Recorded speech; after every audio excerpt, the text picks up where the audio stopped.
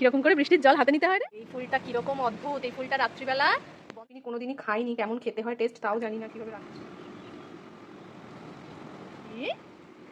এটা কি হচ্ছে বাইরে?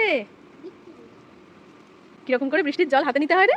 কই দেখা তো, এইভাবে হাত বাড়াও। এই বৃষ্টিটা মিষ্টি কেমন করে পড়ছে? ঝিমঝিম করে, ঠিক। বৃষ্টি ফুল গাছগুলো তো অনেকটা বড় হয়ে গেছে রে, অনেকগুলো করে ফুল হয়েছে, তাই না? এই ফুলটা কিরকম অদ্ভুত, এই ফুলটা রাত্রিবেলা বন্ধ হয়ে যায়, নুয়ে পড়ে, আবার সকাল হলেই সূর্যের আলো পড়লেই ওগুলো খুলে যায়। মিষ্টি এদিকে দেখ, বলছি এই যে বৃষ্টি পড়ছে বাইরে, বৃষ্টিতে কি কি মাথায় দিতে হয় রে?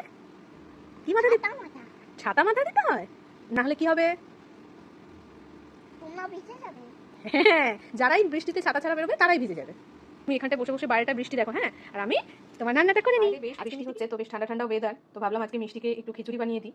ওই জন্য একটুখানি সবজি কেটে নিয়েছি, এখানে মিষ্টি আলু, পালং শাক, গাজর, মটরশুঁটি এগুলোই নিয়েছি আজকে। একটু মুগের ডাল দিয়ে খিচুড়িটা করে দেবো। সবজি বার করতে গিয়ে ফ্রিজ থেকে দেখছি যে এইটা রয়েছে, এটাকে তো জুকিনি বলে। জুকিনি কোনোদিনই খাইনি, কেমন খেতে হয় টেস্ট তাও জানি না কিভাবে রান্না করে।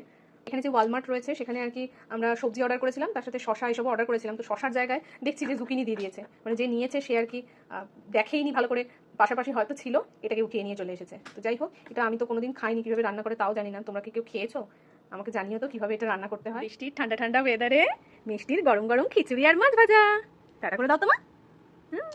ওরে বাবা রে।